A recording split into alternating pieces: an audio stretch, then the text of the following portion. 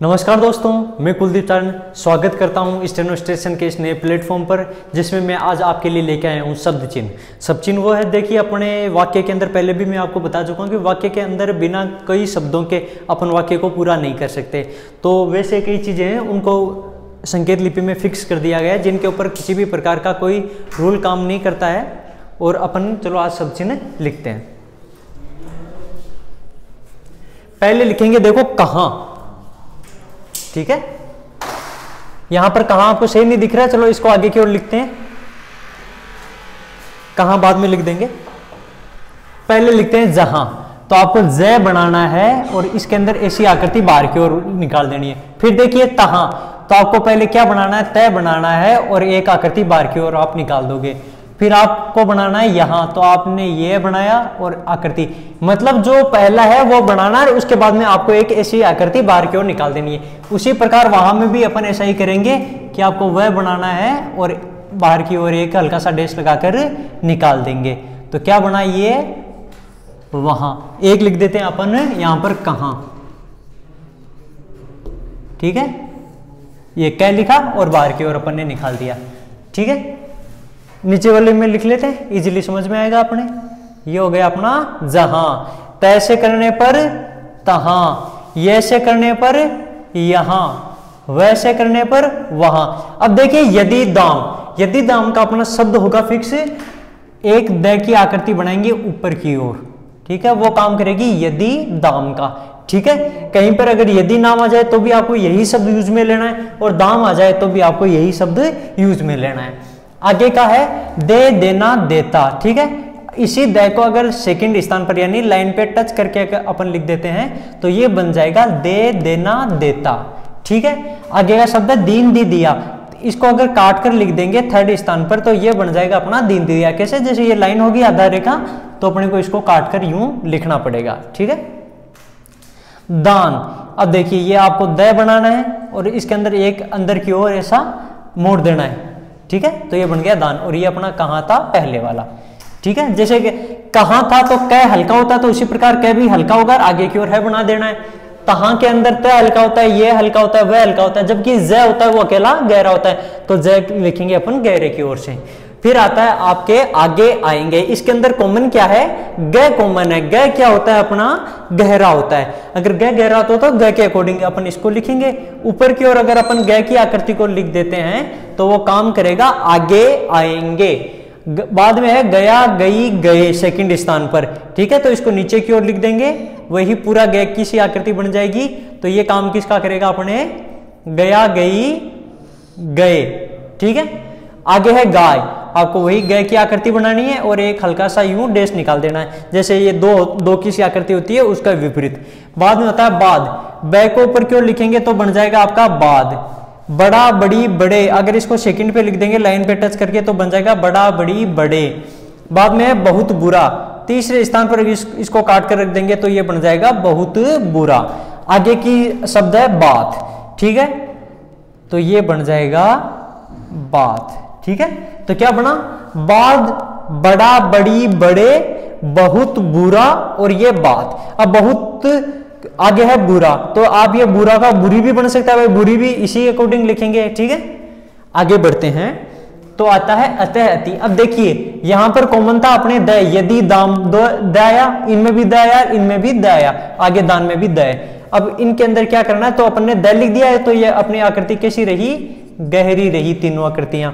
आगे है अतः, अति। इनके अंदर तय कॉमन है। तय क्या होता है, तय हमेशा हल्का ही होता है, तो उसी प्रकार से अपन तय को लिख देंगे तो बन जाएगा अतः, अति। सेकंड पर इसको टच करेंगे भांति, तोर, ठीक है। थर्ड पर इत्यादि, अत्यंत, ठीक है, हल्का सा करके इसको लिख देंगे तो ये बन गया अपना इत्यादि, अत्यंत। बस देखिए दान में द की आकृति थी, द की आकृति होती है क्या, गहरी, और वहां पर देखिए अतः, अति, तो इनमें कॉमन आया तय, भांति, तोर, इनमें भी कॉमन आया तय, इत्यादि, अत्यंत, इनमें भी कॉमन आ रहा है तय। तो उसी प्रकार से अपन इसमें भी लिख सकते हैं कि तय कॉमन आया और तय से अपन ने ये आकृतियां बना दी। आगे बढ़ते हैं हाथ, थोड़ा पहले लिखते हैं हाथ। अब देखिए इसमें थ को लिखना अपने को, तो आपको थ लिखने के लिए ये देखो एक हल्का सा डैश निकालना है, आगे की ओर तय की आकृति निकाल देंगे। आगे देखेंगे कि जो अपन बीच में काट रहे हैं, जैसे ये थ होता है, यहाँ से काटने की जरूरत नहीं है, आप चाहो तो इसको शुरुआत से काट सकते हो, आप चाहो तो इसको अंत से काट सकते हो। ये अपने बाद की बात है, चलो आपको मैंने पहले बता दी, कोई बात नहीं। तो ये ऊपर की ओर हल्का लिखेंगे तो बन जाएगा हाथ। अगर इसी को अगर अपन सेकंड टच कर देंगे तो बन जाएगा थोड़ा, थोड़ी, थोड़े। आगे आता है था, थी, थे, तो आपको ये हल्का सा डैश निकालना बाहर की ओर, आगे की ओर तय बना देना, तो ये बन गया था, थी, थे। ठीक है, ये समझ में आया होगा आपके। आगे का शब्द है साथी। एक छोटा सा आपको गोला बनाना है, आगे की ओर तय की आकृति बनाकर हल्का सा डैश निकाल देना है, तो ये बन गया क्या, साथी, साथ। ठीक है, ये बना साथ। और आगे का शब्द साथी, तो इसको अपन क्या कर देंगे, लाइन पर टच कर देंगे। ये लाइन से ऊपर है, ये लाइन पर टच हो गया, तो ये बन गया अपना साथी। आगे बढ़ते हैं, न, नहीं। तो जिस प्रकार अपन एक न की आकृति बना रहे थे, आपको याद है, उसी प्रकार से बनानी है अपने को, लेकिन उस आकृति को एकदम अपन छोटा सा कर देंगे और बीच में से यूं काट देंगे, तो ये बन गया अपना न।